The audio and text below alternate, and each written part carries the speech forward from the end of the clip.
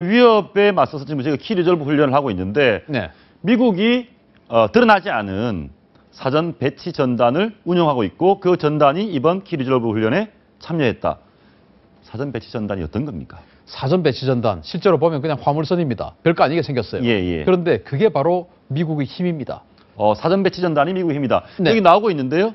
저기를 왔다 갔다 하는 이게 사전 배치 전단이네요. 사전 배치 전단이라고 하는 것은 예. 미국이 지금 이 동아시아 지역에서 예. 전쟁이 발생할 수 있는 개연성이 있는 나라가 바로 한국과 대만 아니겠습니까? 예. 그러면 한국과 대만과 미국은 군사 동맹을 맺고 있는데 예. 만약에 대만이 중국으로부터 침략을 받고 한국이 북한으로부터 침략을 받았을 때 그때부터 미국이 갑자기 본토에서 부랴부랴 짐을 꾸려서 배에 싣고 하면은 배에 싣는 데만 해도 며칠 걸리겠죠. 그렇죠. 그 배가 또 태평양을 건너서 오는 데만 해도 또 한 보름 넘게 걸리겠죠. 예. 그러다 보면 전쟁 다 끝납니다. 예. 그래서 미국은 괌에다가 기지를 두고 오키나와까지, 괌에서부터 오키나와까지 5척의 대형 화물선을 계속 항해를 시키고 있습니다. 그러니까 뭐 전쟁이 안 났는데도 계속 돌아다니는 1년 거예요? 12달 항해만 하고 있습니다. 항해만 하고 있다. 그래서 그 5척의 배 각각 하나마다 예. 한 개 기갑 예단을 완전 무장시킬 수 있는 탱크, 장갑차, 자주포, 예. 로켓, 탄약 모든 것이 다 실려 있고 예. 그럼 한반도에 전쟁이 발생할 징후가 보면 즉시 부산항이나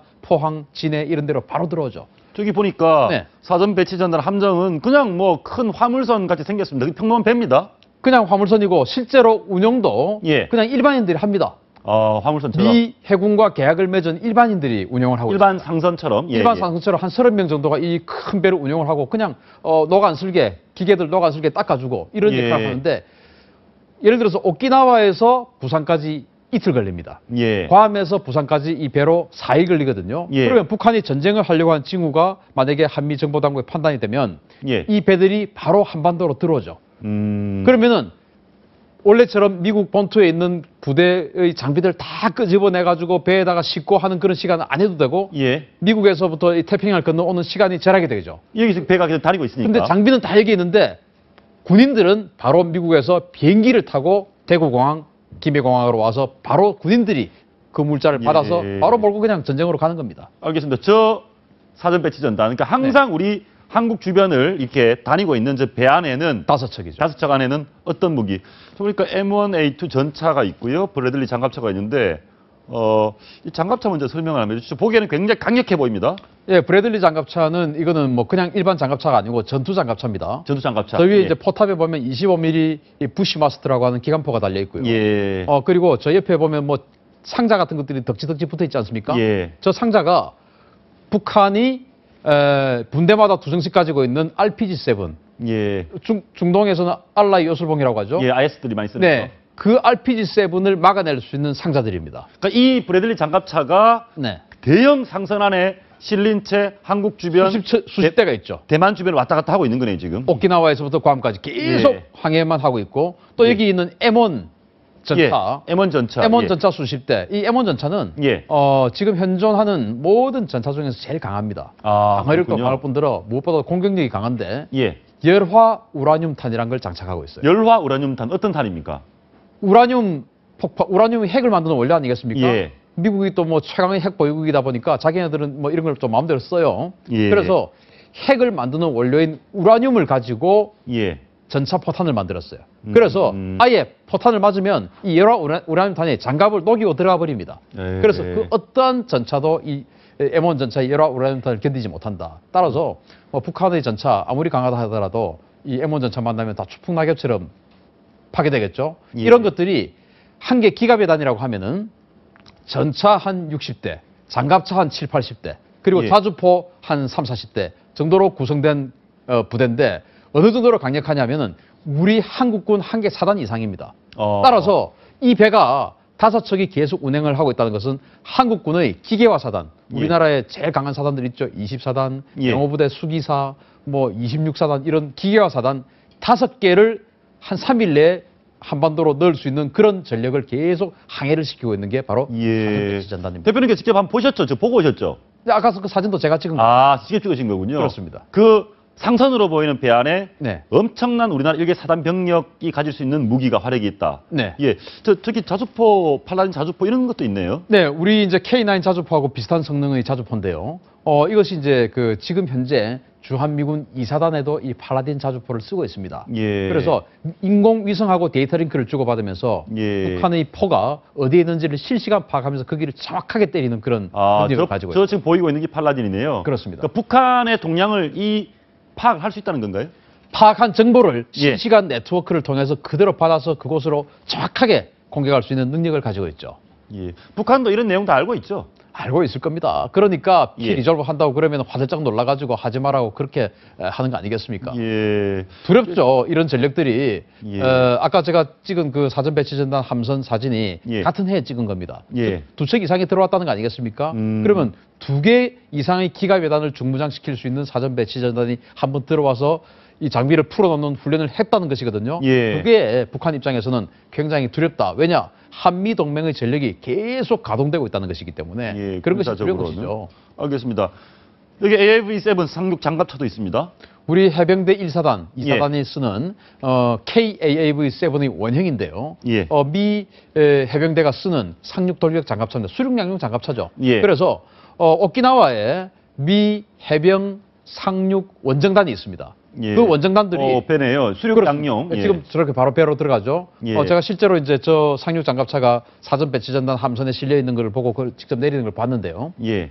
그러면 해병대들도 직접 배를 타고 늦게 이렇게 오면은 우리나라 전쟁이 끝날 수 있지 않습니까? 예. 이 사전 배치 전단이 바로 실어주고 오키나와에서 해병대 대원들은 그냥 비행기 타고 오는 겁니다. 그러니까 그래서 일본- 예, 내려서 바로 저 장갑차를 타고 기차 싣고 연천이나 파주나 동두천으로 배치가 되고 거기서부터 그냥 전투 현장으로 가는 겁니다. 하나 좀 물어보겠습니다. 네. 얼마 전에 저 이석기 전 의원 그렇습니다. 아로 네. 혁명 조직 아로에서 네.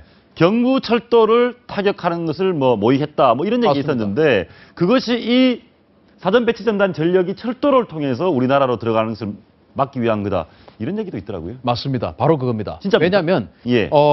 진해항, 예. 부산항으로 대부분의 사전 배치 전단 또는 미군의 증원 전력이 들어오는데 예. 거기서부터 진해에서도 철도가 있죠. 예. 그리고 부산에서도 경부선 철도가 있죠. 그것이 다 합류가 돼서 대구에서부터 계속해서 외관에 대구 위에 있는 그 칠곡 외관에 또 미군의 물류 탱크 기지가 저장 있죠. 예, 기지가 예. 있습니다. 예. 거기서부터 다 모아가지고 이제 경부선 철도를 주로 이용해서 전선으로 배치가 되는데 이를테면 아로 입장에서 예. 아로도 북한 입장에서 경부선 철도 중에 교량이 얼마나 많습니까? 예. 그 교량 하나 끊어버리면 철도 복구할 때까지 미군 정원 전력이 전선에 연천에 동두천에 파주에 의정부에 배치가 되지 못하는 겁니다. 예. 그러니까 엄청나게 시간을 벌 수가 있죠. 따라서 아로가 당시에 경부선 철도가 어디 있느냐를 파악하자, 교량의 튼튼함을 파악하자 한 거는 굉장히 위험하고 전쟁을 승리로 이끌기 위한 북한 측에서의 승리로 이끌기 위한 모의였다라고 할 수 그러니까 있습니다. 우리 오키나와부터 제주도 이 사이에 늘 오가고 있는 미국의 막강한 사전 배치 전단이 경부철도를 통해서 부산에 올라가는 것을 막기 위한 거다. 그렇게 해서 아시는 거네요. 바로 그겁니다. 알겠습니다. 저희가 지금까지 방어훈련 얘기를 했는데 최근에 소식이 하나 더 있었습니다. 네. 북한 지휘부, 평양 이런 쪽을 타격할 수 있는 특수전용 수송기를 도입했다. 어떤 소식 좀 해주시죠. 우리 한국에 C-130이라고 하는 그 수송기가 예. 있거든요. 예. 그것을 지금 수송기이기 때문에 그냥 전자장비라든지 이런 것이 강력하지는 못해요. 그런데 미국이 가지고 있는 MC-130이라고 하는 C를 개량한 거네요. C 앞에다 M을 붙여서 MC-130이라고 하는 특수전 전용 수송기가 있는데 저기 나오는 게 특수전. 그렇습니다. 예. 네, 저 MC-130은 적어도 비행을 할 수 있는 항법 레이더가 장착이 되어 있고 예. 그래서 아주 초저공 비행을 자동으로 할 수 있는 그런 능력이 있습니다. 예. 그리고 공중급유 장치가 있어가지고 얼마든지 멀리 가서 공중급유까지 받아가면서 계속 작전할 수 있는 그런 능력이 있어요. 예. 이를테면 산 정상에 북한의 레이더 기지가 있는데 예. 그 레이더 기지보다 더 밑으로 내려가면 레이더가 못 보겠죠. 예. 저공 비행하니까. 근데 저렇게 큰 수송기가 저공 비행을 하다 보면 산이나 전신주 이런 데 부딪혀서 예. 추락할 수 있지 않습니까? 예. 그런데 아주 정밀한 항법 레이더가 달려 있어 가지고 얼마든지 그런 예. 것을 해치고 항법 비행을 할 수 있게끔 만들었고 또 예. 밑에서 북한의 어떤 병사가 보고 총을 쏘고 할 수 있지 않습니까? 예. 밑바닥도 굉장히 탄탄하게 만들어서 그런 것을 총알이 뚫고 들어오지 못하게끔 만든 그런 비행기가 바로 MC-130인데 우리 공군에서 예. 우리 한국의 C-130 중에서 4대를 MC-130처럼 특수전, 저공 침투용 특수전 항공기로 개조했습니다. 예. 그래서 물론 MC-130하고 완벽하게 똑같다라고 할 수는 없지만 최소한 예. 적어도 침투를 우리 독자적으로 우리 특전사를 적어도 침투해서 북한에게 들키지 않고 예. 북한의 내륙 어딘가에 보낼 수 있는 그런 능력을 가지게 되는 것이죠. 예. 그러면 저런 내용들이 우리가 북한 평양 지휘부를 타격할 수 있는 저런 수송기를 그러니까 특수전용 수송기를 도입한다는 게 북한을 너무 자극하는 거 아닙니까? 근데 예, 북한이 노동 미사일을 예. 발사하고 성조기를 찢어버리겠다고 하고 예. 그런 거 하고 이런 자극이 비슷하겠습니까? 우리는 예. 정말 고수는 예. 말하지 않습니다. 그냥 행동으로 진행할 뿐입니다. 한국군은 이제 고수로 가고 있는 것입니다. 예. 말하지 않고 우리는 북한 지휘부를 타격할 수 있는 저런 전력들을 하나하나 마련해 나가는 것이지 북한은 예. 원래 이빨을 드러낸 개는 물지 않습니다. 북한은 지금 예. 너무나 이빨을 많이 드러내고 있습니다. 예. 아무튼 뭐 가격은 얼마나 합니까? 가격은 지금 저 MC-130 전체는 뭐 1억 달러가 넘는 비행기인데 1억 달러면 1,000억이 넘는. 뭐 1억 달러에서 2억 달러까지 한 예. 2천억 정도 되는 비행기인데 우리가 가지고 있는 C-130을 개량하기 때문에 예. 4대 업그레이드하는 비용을 6,200만 달러 정도 들었다고 합니다. 예. 6,200만 달러. 4대 업그레이드하는 비용. 4대 업그레이드하는 비용이. 저희가 조금 전에 아까 앞에서 그런 얘기를 좀 했거든요. 대화를 하면서 미국이 일본 편을 드는 것이 아니냐. 한미 동맹에 균열이 있는 것이 아니냐. 이런 얘기를 했는데 군사 분야에서는 지금까지 봐서는 별 균열은 없어 보이네요. 지금까지는 군사 분야에서는 균열은 없지만 예. 동북아에서 예. 중요한 안보 파트너가 주일 미군이 되느냐 주한 미군이 되느냐는 굉장히 큰 차이가 있습니다.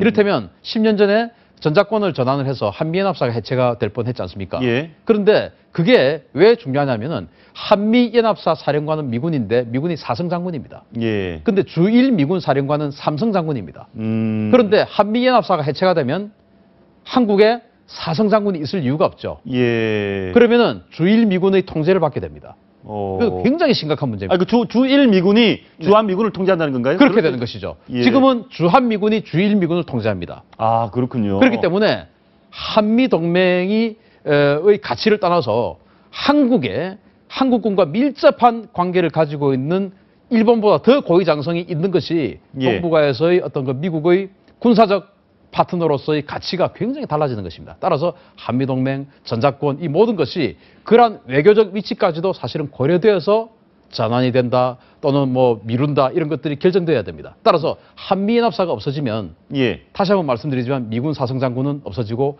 한국 주한미군이 주일 미군 사령관인 삼성 장군의 통제를 받게 될 가능성이 굉장히 커지죠. 예, 마지막으로 거기 하나 더 물어보겠습니다. 주한 미군이 갖고 있는 우리가 미군으로 도움받을 수 있는 가장 강력한 대북 억제력 또는 대북 공격할 수 있는 군사적 무기는 뭡니까?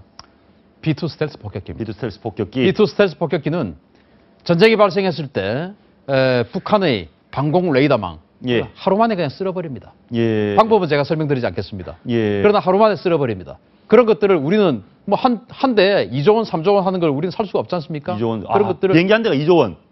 뭐 3조 원. 15년 전 물가로 2조 원인데 지금은 예. 얼마 할지 뭐 계산이 안 되죠.